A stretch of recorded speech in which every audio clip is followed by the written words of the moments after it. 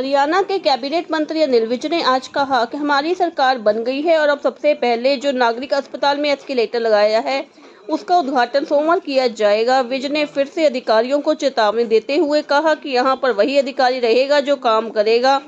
अनिल विज आज अपने चिरपरिचित अंदाज में अंबाला के टी पॉइंट पर पहुंचे, जहां पर भाजपा कार्यकर्ताओं ने लोगों को लड्डू बांटकर अपनी खुशी जाहिर की। विज ने कहा, हमने तो चुनाव खत्म होते ही जो भी विकास कार्य चल रहे हैं उसका मुआयना करना शुरू कर दिया है और अधिकारियों को आदेश देने शुरू कर दिए हैं कि तेज गति से कार्यों को पूरा किया जाए। विज ने कहा, अंबाला छावनी के नागरिक अस्पताल में पहली बार एस्केलेटर बनवाकर दिया जाएगा, जिसका उद्घाटन सोमवार को किया जाएगा। विज ने आज फिर अधिकारियों को चेतावनी देते हुए कहा कि काम किया है काम करेंगे, ये मेरा नारा रहा है और यहीं पर वही अधिकारी रहेगा जो इस नारे के अनुकूल होगा। सूतना कपास जिलवा लठम लठा होते रहो। अरे जिस व्यक्ति को जनता की नबज ही नहीं पता, अनिल विज बाबुलंद हर मंच से हर मीडिया में छाती ठोक कर कह रहा था कि तीसरी बार भी भारतीय जनता पार्टी की बिना किसी के सहयोग के सरकार बनेगी, क्योंकि अनिल विज जनता के बीच में बैठता है और अनिल विज को जनता की पहचान है। इनको क्या पता, इनके तो आंकड़े सारे फेल हो गए। और जिस डॉक्टर को नबज ना देखने आती हो ना, उसको अपना क्लिनिक बंद कर लेना चाहिए। देखिए, पराली जलाने का केस माननीय उच्चतम न्यायालय में चल रहा है।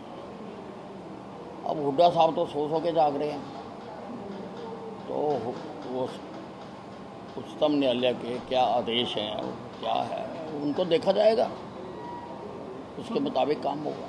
सुरजेवाला ने आंदोलन की धमकी दिया, अगर ये जो सरकार ने पराली जलाने का फैसला वापस ना लिया तो हम आंदोलन करेंगे। करो, अब 5 साल तुमने यही करना, करते रहो। तुम्हें जनता ने तो नकार दिया। जब तुम्हें जनता की ज़रूरत थी तब तो जनता तुम्हारे साथ आई नहीं। तुमने बहुत बहकाया, कई नैरेटिव तय किए, सारे फेल हो गए। तुमने कहा एंटी इनकम्बेंसी है, 6-6 फुट उछल के तुम बोलते थे और बापू बेटा रोज़ मुख्यमंत्री बन के सोते थे। लोगों ने नकार दिया। लोगों ने पहली बार प्रो इनकम्बेंसी की सरकार बनाई है। जो 10 साल हमने काम किए, जो हमारे पूर्व मुख्यमंत्री मनोहर लाल जी ने बिना खर्ची बिना पर्ची के नौकरियां दी, उसकी शुरुआत की। आज लोगों के घरों में, एक एक गांव में व्हाट्सएप पर छप रहा है कि हमारे गांव में इतनी चिट्ठियां आई, हमारे गांव में इतनी चिट्ठियां आई। एक क्रांति रची जा रही है, क्रांति। कभी किसी ने सुना नहीं था। नौकरियां लेने के लिए माँ बाप की चप्पलें घिस जाती थी, मंत्रियों के घरों में लहने लगाने में, दलालों के पीछे घूमने में, सब खत्म करा हमने। उसी का लोगों ने इनाम दिया हमें। हमने तो जैसे ही चुनाव खत्म हुआ था, उसी वक्त जो अंबाला में विकास कार्य चल रहे हैं उनका मुआयना करना शुरू कर दिया था। अधिकारियों को आदेश दे दिया था कि त्वरित गति से सारे प्रोजेक्टों को कंप्लीट किया जाए। एस्केलेटर बनवा के दिया था। अंबाला छावनी में पहली बार सड़क क्रॉस करने के लिए अस्पताल में 2,500-3 हज़ार मरीज रोज़ आते हैं। हर वक्त दुर्घटना का खतरा बना रहता था, तो वो मैंने एस्केलेटर बनवा के दिया था। सोमवार को 12 बजे उसका उद्घाटन कर रहे हैं। उसकी जो जो सर्टिफिकेट्स रुके हुए थे वो कल शाम तक सारे आ गए थे। अब सोमवार को उद्घाटन करेंगे उसका। कैप्टन अजय यादव ने हार के बाद अपनी पार्टी से सभी पदों से इस्तीफा दिया। नहीं,